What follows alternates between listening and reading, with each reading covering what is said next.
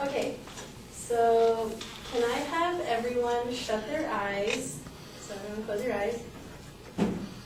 And raise your hand if this question applies to you. Have you ever felt insecure about your weight due to fashion ads and runway models? So raise your hand. Open up your eyes. Don't be shy. According to a study by Psychology Today, Body Image, 89% of girls and 41% of boys ranging from 13 to 19 feel the need to lose weight because of the considered perfect body portrayed in magazines and runway models. This brings me to my topic that I want to share with all of you today. Fashion ads and magazines have a negative impact on young women's self-image. Yes, this does apply to boys and girls. I'm going to focus on women today. 70% of girls in grades 5 through 12 said magazine images influence their ideals of a perfect body. For example, Dr. Newmark Sazner and her colleagues found that among 4,746 junior high and high school students, 57% of the girls have fasted, gone on diets, used food substitutes like Slim Fast, or smoked more cigarettes to lose weight, and 12% had resorted to extreme measures like diet pills, vomiting, using laxatives or diuretics to achieve this perfect body. Over a 13-month period, from March 2005, 206 pre-teenage children across Britain and Ireland were newly diagnosed with serious disorders ranging from bulimia, anorexia, to binge eating. Bulimia is where you eat a lot and then you throw up, but you don't really deviate in your weight at all. It's just more of a mental issue. And anorexia is where you restrict calories, and I think you eat 250 to 500 calories a day when you really should be eating at least 2,200. And then binge eating, which is just consistently eating because you're unhappy. Studies show that the girls at the age of 13, 53% have said to be unhappy or ashamed of their bodies and will start to restrict their diets. This percent increases to 78% by the age of 17. A little fact, by age 2, you start to see your reflection in your mirror. And by age 6, you can start to distinguish different body types. Like you can tell if someone's overweight, average, or skinny. But then by your preteen years, that's when you start puberty and you go through your hormones, and then that's when all those natural insecurities start to go through your head and dramatize your looks and everything. But it doesn't help that the fashion ads and magazines and the runway models show this perfect body type, which is no one can really achieve it because it's photoshopped and it's highly unrealistic. And this brings me to my second claim.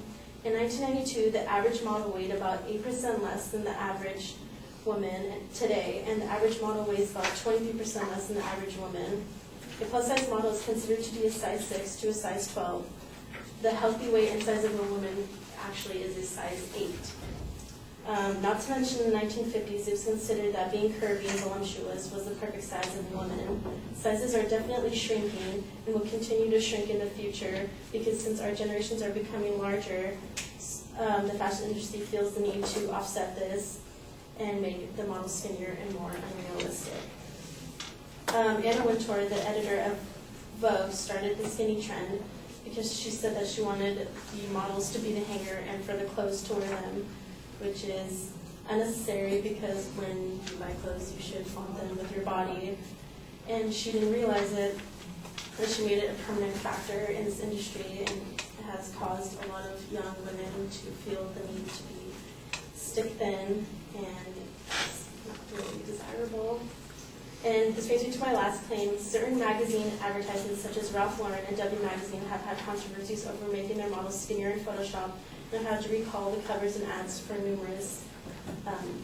clothes numerous times. Model Philippa Hamilton was fired from Ralph Lauren for being considered overweight, and she said they fired me because they said I was overweight and I couldn't fit their clothes anymore. She's 5'10", she weighs 120 pounds, and is a size 4. Fashion is about fantasy, and the fatter the general population, the thinner the idealist woman is, and causes self-loathing and makes super skinny women look so good to the chunkier masses. So So all in all, fashion magazines and runway models have a negative impact on young women's self-image.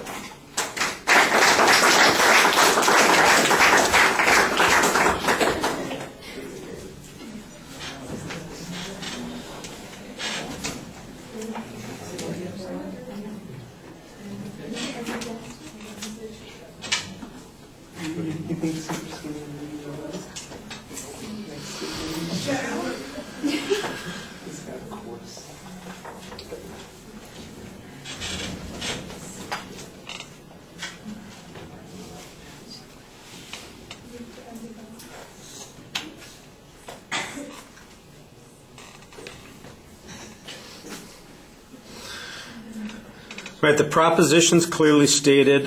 Your main points were laid out a little bit, but as you got to them, when you got to the third point, for instance, it's not even stated as a claim. It's not really an inference. It's just a set of data. So the secondary points need to be inferences that advance claims, and I think that you're using them as signposts for the supporting material, but I'm not sure that they're necessarily advancing a claim, and they need to do that a little bit more. There's a lot of statistical data based on surveys of women and others about their size and whether or not they're self-conscious about their weight or whether or not they are going on diets. So I think that you've got some good statistical information on that. The correlation to the fashion magazines, I think, is a little bit thin. You had that opening question. You asked everybody to close their eyes. I don't know why you're having them close their eyes and then open their eyes. It's a little confusing. Just ask the question. I think everybody will participate. If you're worried that they're going to change their mind, why would they open their eyes and keep their hands up if that was, something that they were going to be concerned about in the first place? So I don't know that that gets you that much more. It flows pretty smoothly. The study, for instance, that you cited on illnesses like bulimia and anorexia, the one from Ireland, for instance, I didn't hear a link there to the fashion images. I just heard a description of the frequency of those particular kinds of maladies that people are suffering there, and I think that there needed to be a stronger connection to the causality that you're pointing out. All right, thank you.